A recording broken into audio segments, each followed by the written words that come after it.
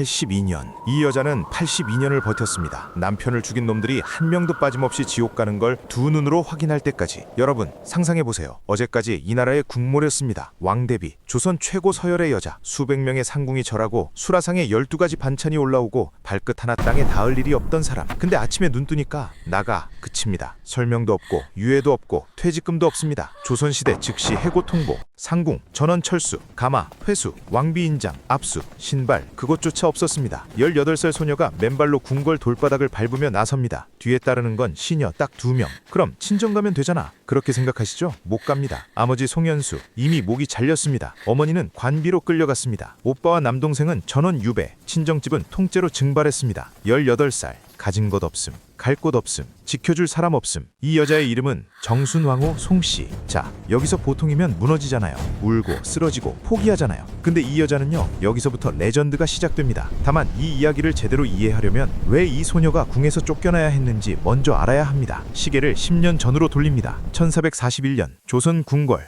세종대왕의 손자가 태어납니다. 이름 이홍위. 훗날 단종이 되는 아이입니다. 근데 이 아이 태어나자마자 저주받은 운명이 시작돼요. 엄마 현덕왕후는 출산한 지 하루 만에 사망합니다. 아기는 태어나면서 엄마를 잃었습니다. 그래도 아버지 문종이 있었습니다. 문종은 세종의 뒤를 이어 왕이 되죠. 똑똑하고 자상한 아버지였습니다. 근데요, 문종이 왕이 된 지 2년 3개월 만에 등에 난 종기가 터지면서 급사합니다. 12살. 이홍위는 12살에 왕이 됩니다. 잠깐, 12살이면 지금으로 치면 초등학교 6학년이에요. 국어시험 100점 맞으면 좋아하는 나이에 나라를 다스리라고? 당연히 못하죠. 문종은 죽기 전에 신하들을 불러 이렇게 유언합니다. 내 아들이 어리다. 김종서, 황보인, 너희가 반드시 보필해라. 김종서, 육진을 개척한 전설의 무장, 황보인, 조정을 이끄는 최고 원로 대신. 이 두 사람이 12살 왕을 지키는 방패가 됩니다. 얼핏 보면 안전해 보이죠? 아닙니다. 왜냐면 이 12살 왕에게는 삼촌이 있었거든요. 이름 수양대군. 여러분, 이 이름 기억하세요. 이 사람 때문에 앞으로 수십 명이 죽고 한 소녀의 인생이 완전히 박살납니다. 수양대군, 세종대왕의 둘째 아들이자 단종의 친삼촌. 근데 이 사람 보통 삼촌이 아닙니다. 야심이 하늘을 찌르고 무예는 조선 최고 수준이고 정치적 감각은 독사 수준입니다.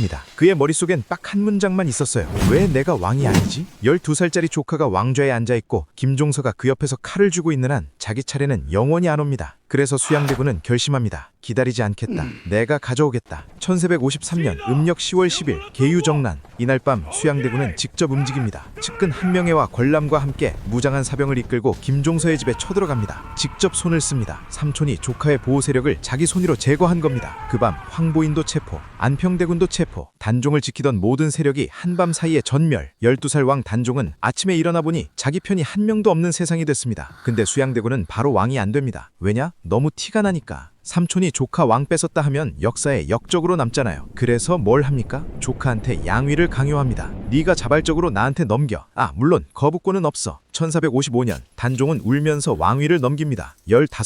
15살에 왕이 되었다가 15살에 왕에서 쫓겨난 겁니다. 수양대군은 세조가 됩니다. 자, 여기서 질문. 이 과정에서 단종의 아내는 뭘 하고 있었을까요? 시간을 살짝 되감겠습니다. 1454년 단종이 14살 때 왕비를 맞이합니다. 여주 송씨 집안의 딸 송씨. 나이 15살. 지금으로 치면 중학교 3학년. 기록에 따르면 이 소녀는 유난히 조용하고 단정했다고 합니다. 화려한 걸 좋아하지 않고 말수가 적고 책을 읽는 걸 좋아했다고 해요. 14살 왕과 15살 왕비. 어린 부부. 행복했을까요? 사실 우리는 모릅니다. 기록이 거의 없거든요. 왜? 나중에 세조가 단존 관련 기록을 대거 삭제해버렸으니까. 하지만 확실한 건 하나 있어요. 이 부부에게 주어진 시간이 처참하게 짧았다는 것. 결혼한 지 1년, 계유정난이 터지고 남편이 왕위에서 끌려 내려옵니다. 14살 왕비는 하루아침에 전직 왕의 아내가 됩니다. 근데 이건 시작에 불과했어요. 진짜 지옥은 2년 뒤에 열립니다. 1456년 세조가 왕이 된 지 1년. 세상이 조용해진 줄 알았죠? 아닙니다. 어둠 속에서 단종을 위해 목숨을 걸기로 한 사람들이 있었습니다. 사육신, 성상문, 박팽년, 하위지, 이계, 유성원, 유응부. 이 6명이 계획을 세웁니다. 세조를 제거하고 단종을 복위시키겠다. 거사 날짜까지 잡았습니다. 명나라 사신 환영 연회날. 근데요, 발각됩니다. 내부에서 밀고자가 나오는 겁니다. 김질이라는 인간이 장인인 정창손한테 계획을 누설해요. 결과 사육신 전원 체포.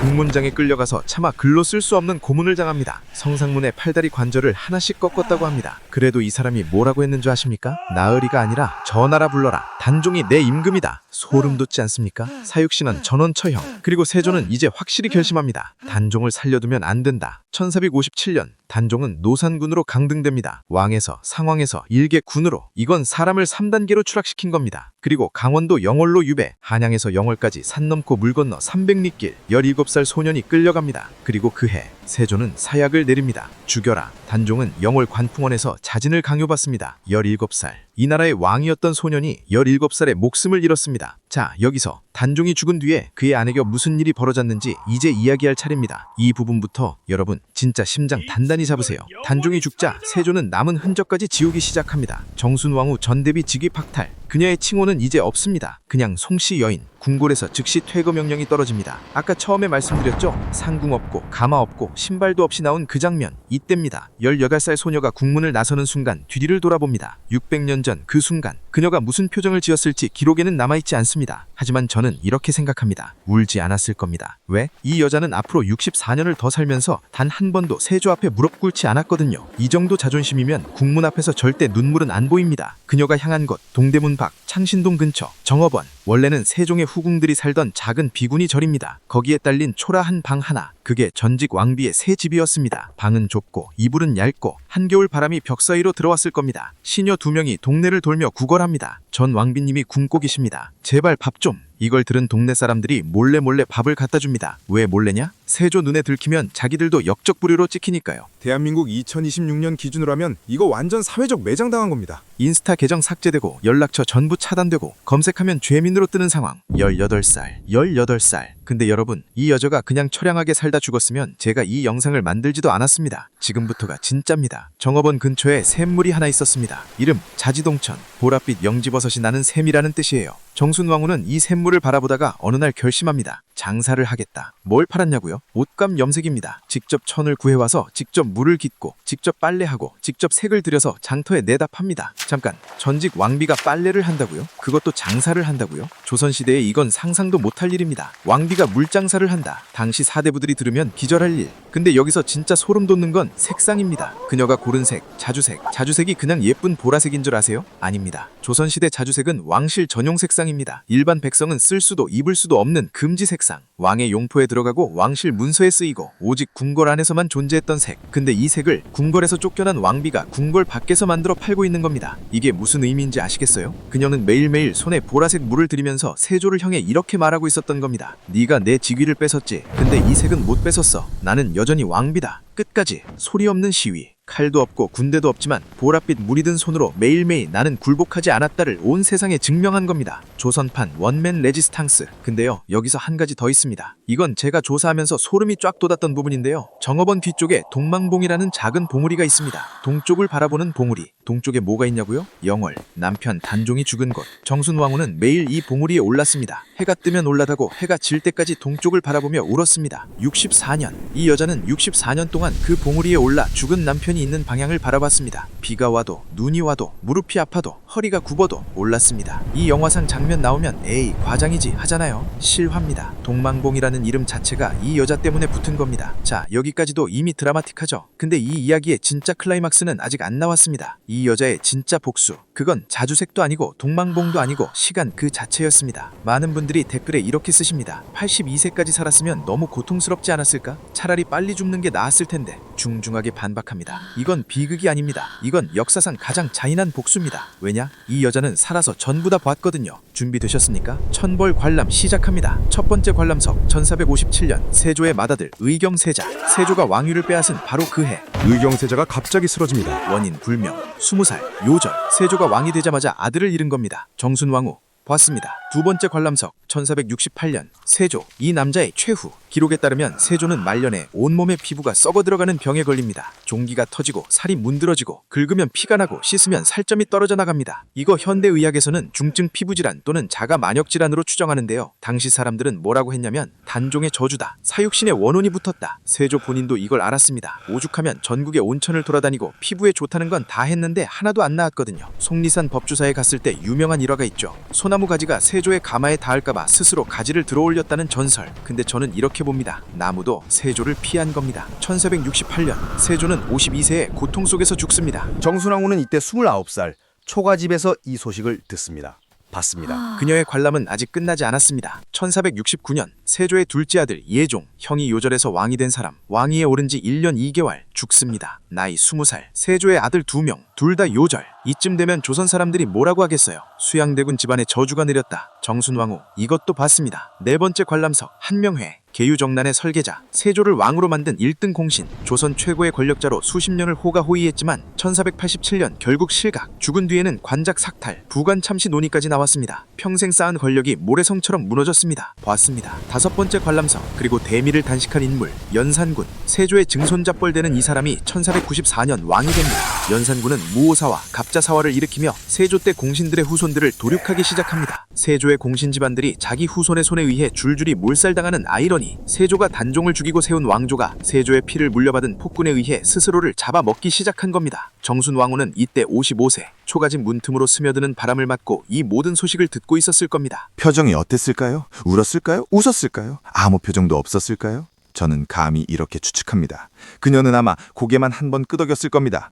그래, 이게 맞지. 그녀의 관람은 아직 끝나지 않았습니다. 1506년 연산군 폐위, 정중반정이 일어납니다. 정순왕후 67세. 새로 들어선 정종 정권은 단종에 대한 동정론이 서서히 고개를 듭니다. 분위기가 바뀌기 시작한 겁니다. 세조가 정이었던 시대가 세조가 악이었던 시대로 넘어가고 있었습니다. 정순왕후는 막 이 역전의 조짐까지 확인합니다. 그리고 1521년 음력 6월 정업원의 작은 방에서 정순왕후 송씨는 조용히 눈을 감습니다. 향년 82세. 남편이 죽은 지 64년 만에 드디어 그의 곁으로 갑니다. 무너진 적 없었고 굴복한 적 없었고 세조에게 용서를 구한 적도 단 한 번 없었습니다. 64년 동안 맨발로 서서 원수들이 쓰러지는 걸 지켜본 여자. 이게 복수가 아니면 뭐가 복수입니까? 이야기가 여기서 끝나면 그건 비극입니다. 하지만 역사는 마지막에 한 번 더 뒤집습니다. 1698년 숙종. 숙종은 단종을 왕으로 복위시킵니다. 241년 만에 노산군이 다시 단종이 됩니다. 그리고 그의 아내도 송씨 여인이 다시 정순왕후가 됩니다. 영월에는 장릉이 정비되고 남양주에는 정순왕후의 무덤 사릉이 왕후의 격식으로 단장됩니다. 그리워한다는 뜻입니다. 64년을 그리워한 여자의 무덤 이름이 그리움의 무덤. 이 장명 실화입니다. 그리고 600년이 지난 2025년 영화 왕과 사는 남자가 흥행하면서 댓글창이 폭발합니다. 수양대군 지옥에서 이거 보고 있냐? 정순왕후가 진짜 승자였다. 82년 버틴 게 레전드 아니냐? 미쳤다. 자주색 염색 장면 영화로 만들어달라. 1500만이 울었습니다. 600년 전 소녀한테 2025년 사람들이 위로받고 있는 겁니다. 그리고 지금 강원도 영월에서는 매년 단종문화제가 열리고 실제로 정순왕후 선발대회가 진행 중입니다. 단종의 무덤 장릉에는 지금도 제사가 올라가고 동망봉에는 정순왕후를 기리는 비석이 서 있습니다. 역사 속 인물이 600년을 건너뛰어 현실의 아이콘이 된 겁니다. 정리합니다.